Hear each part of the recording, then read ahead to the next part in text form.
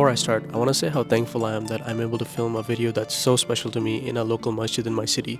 Such a blessing. I was raised by a traditional and modestly religious family. Growing up in Bangladesh, I practiced my religion quite a bit, but ever since I moved to Canada 7 years ago, I've honestly kind of lost my ways. But for some reason, every year in this month, I do my best to find my way back, which is so crazy for me considering how my lifestyle has evolved over the years in a non-Islamic environment. So in this video, I want to walk you through how I'm spending Ramadan as someone who just graduated from university, is working full-time, and is fasting away from my family, but with a small community here in Vancouver.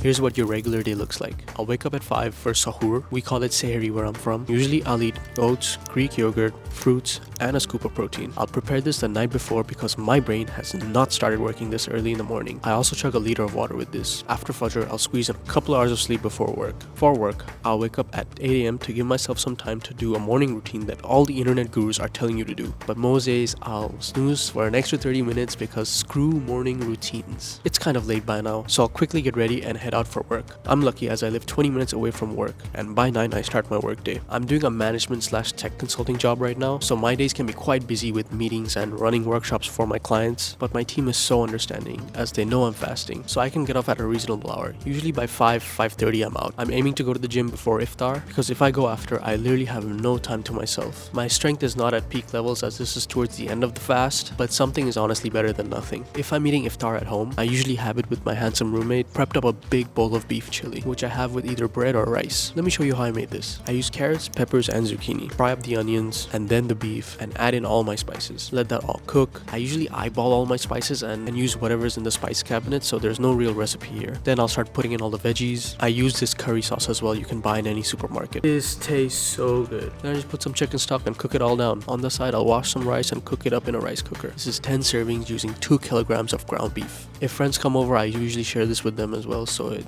can last me about a week. And before bed, I'll eat a small snack like eggs and bread and prep my suhoor before going to sleep. I don't eat iftar out too often, but when I do, it's usually a feast with my friends. I've also spent some time going to a local masjid to have iftar with other brothers, so that's been a blessing too. After iftar, we do maghrib and spend the rest of the night either hanging with my friends or working on this channel. And that is how I'm spending my regular Ramadan days away from family this year. I know it's not perfect, and there are many things I can do a lot better. But for this chapter of my life, this is how I'm trying to make the most of this beautiful month. There are 2 big observations that I've made this month. How much I miss my family. I've been living away from home for about 7 years now, and I'm quite used to being away from them. But just during this time, I miss them quite a bit more. I don't know why. Life does not slow down. Especially with work and everything going on, no one slows down for Ramadan here, which is very different from where I'm from. And it's not a Kaizabi video if we don't talk to strangers. Where are you from? I'm from Spain, but my father and my mother is from Morocco. What advice would you give to other brothers and sisters who are spending Ramadan away from their families? Make sure you're not alone. Go out to your community, reach out to your friends, even if they're non-Muslims.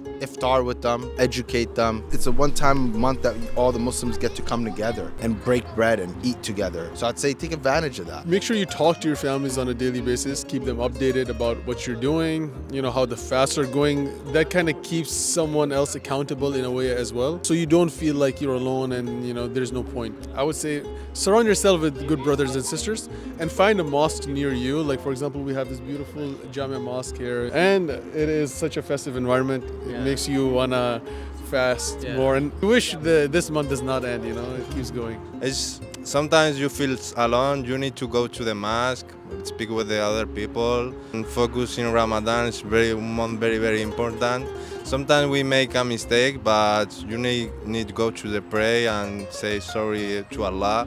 This is the most important, and they make good things, and that's it. With that, I want to thank you for being a part of the Kaizabi show, where we explore how to live your best life away from home. I'm your host Iram, and this was such a special video for me. If you enjoyed, then consider subscribing, and I will see you in the next video.